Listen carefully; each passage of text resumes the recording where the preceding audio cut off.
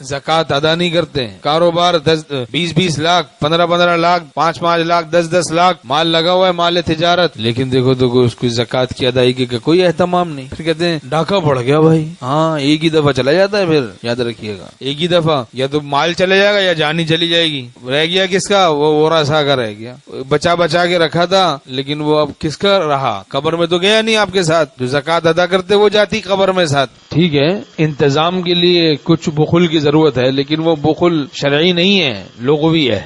ہرس مال بہت سارا جمع کر دیتے ہیں اور جناب اس کا بہت سارا مال جمع ہو گیا، اب اس کو کچھ زیور خرید لیا یا مال خرید لیا، جانور خرید لیے اور بس اس کے حقوق ادا نہیں کر رہے، اور فقیر کے فقیر بنے بیٹھے ہوئے ہیں کہ بھئی میرے پاس ہے کیا، پھوٹی کوڑی نہیں ہے جیب میں نکال کے جناب پیش کر دیکھو کیا ہے میرے پاس. تو حقوق بھی تو ادا کرنے چاہیے اس کے. عشر نہیں ادا کرتے ہیں، زکوٰۃ نہیں ادا کرتے. دکان ہے، کاروبار ہے، مال بھرا ہوا ہے لیکن زکوٰۃ ادا نہیں کرتے. مال تجارت بھرا ہوا ہے، سونا ہے عورتوں کے پاس، چاندی ہے، زکوٰۃ ادا نہیں کرتی، مال کے حقوق ادا نہیں کر رہے. وہ زیور سانپ میں تبدیل ہو جائے گا، اس صاحب زیور کے پر لپٹ جائے گا اور اس کو ڈسے گا آخرت میں کہ میں تیرا زیور ہوں. اب اس کو بچایا، اس اللہ کے راستے میں خرچ نہیں کیا، وہی مال عذاب بن گیا، وہی دکان پر عذاب بن جاتی ہے.